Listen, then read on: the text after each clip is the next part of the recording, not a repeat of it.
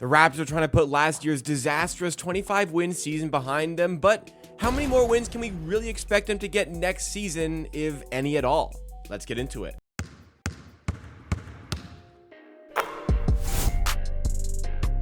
Obviously, things did not go to plan for the Raptors in the 2023-2024 season because they started the year with aspirations of certainly making the playoffs, but at the very least being a play-in tournament team. I mean, consider the roster they had at the start of the season. They had just signed Dennis Schroeder, but they still had OG Anunoby, they still had Pascal Siakam, Scottie Barnes on the team, Jakob Poeltl was on the team. Like, that was supposed to be a competitive team.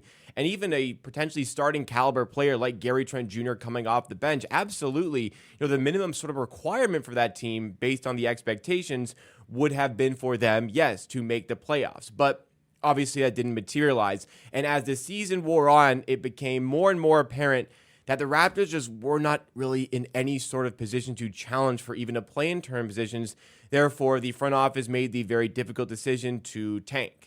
And it was a very difficult decision because they were tanking a year where they did not guarantee themselves having their own first-round pick, because obviously in the end, the NBA draft lottery, we know how things went down when they lost that pick to the San Antonio Spurs. But for this season, those expectations aren't going to be quite the same here. Obviously, there are still some very talented players in the team. Scottie Barnes, in particular, ascended to an all-star last season when it wasn't really expected for him to get to that point at that season, at his third season at 22 years old. We thought it'd be coming down the line, but he's already there.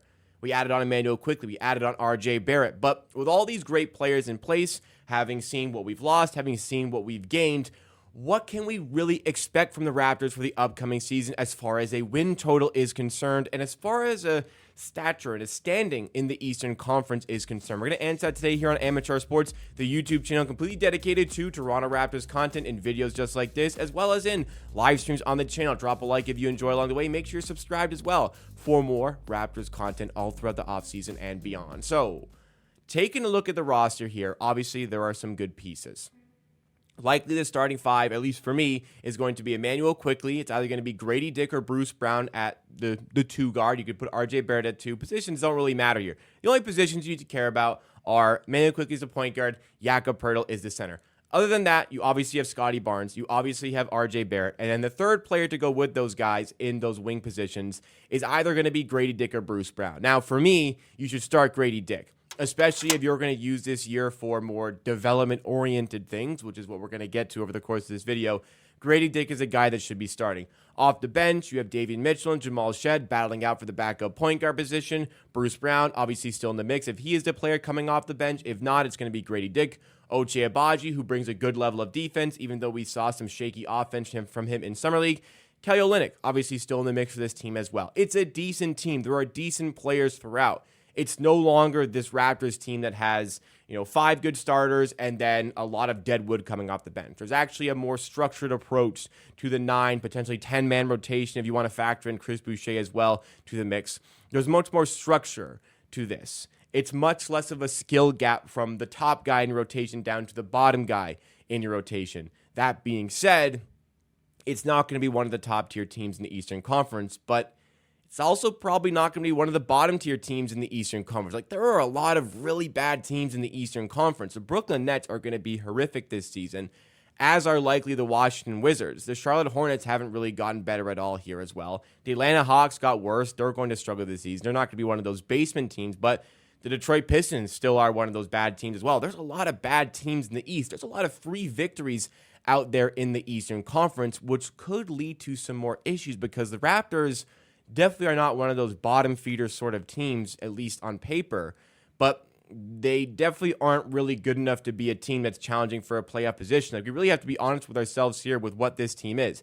This is not going to be a team that's challenging for a playoff position. Like, look, could they make the play-in tournament? I think that they have a good enough amount of talent to do that, but if you don't believe me as far as the playoff aspirations are concerned, well, maybe you'll believe the Toronto Raptors head coach, Darko Rajakovic, who spoke about the aspirations for this season, and he said pretty blatantly that this is a rebuild. This is the start of a rebuild. This is the blank slate. This is starting over. They are starting the rebuild now. It may not be what every Raptors fan wants to hear, but I think that Raptors fans like myself have been calling for this for a while here. We felt as though this should have been the direction at the start of last season, particularly hiring a development-oriented coach like Darko Rajakovic, the priority should have been development. The priority should have been rebuilding then. The Raptors front office delayed the inevitable. They paid the price with some of the lesser sort of deals they could have gotten out of some of players in trades, but it's very refreshing to see that they've embraced things here. Now, they aren't using the dreaded tank word as of yet, talking about the team in terms of tanking, but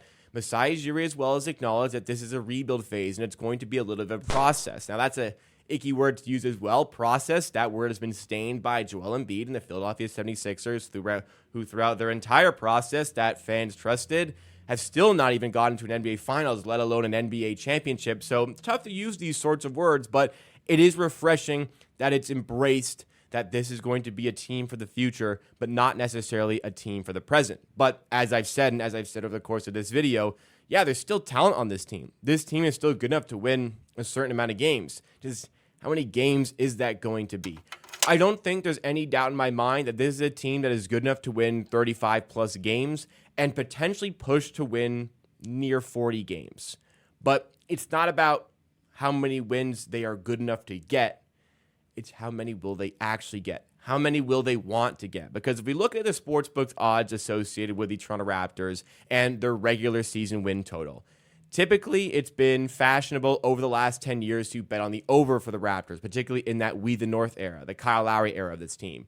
But those days have gone by because we look at the sportsbook odds right now, and the Raptors are listed at 30.5 wins. So essentially, the over-under is 30.5. The expectation is they're going to win in the range of 30 to 31 games.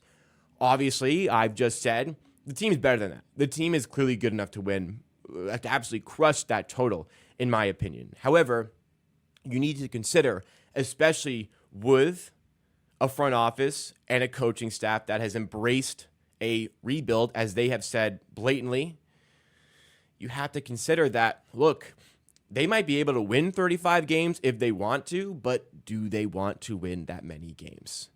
There's an understanding that the 2025 draft class is going to be very talented, particularly at the top of the draft, which was not the case for the 2024 draft class.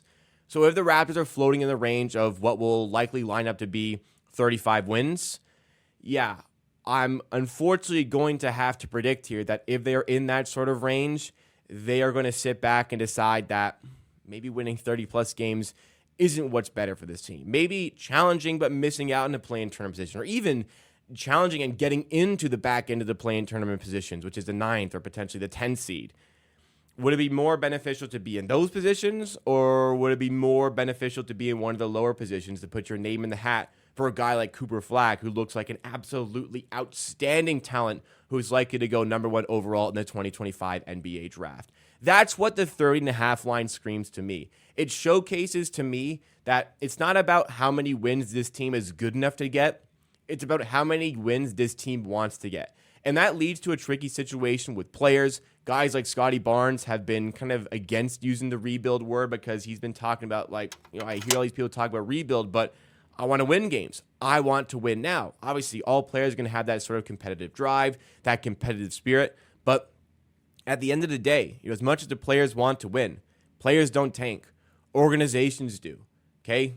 Coaches don't necessarily tank, but organizations do. They find a way to do it. And we've seen twice in the last, 4 years now, Masai Ujiri is very good at orchestrating a tank. He got them all the way down to a bottom 7 record in the Tampa season where they got the lottery luck on their side and drafted Scottie Barnes. And last year, when it looked like there's no way the Raptors are going to be worse than the G.G. Jackson Memphis Grizzlies, well, they were.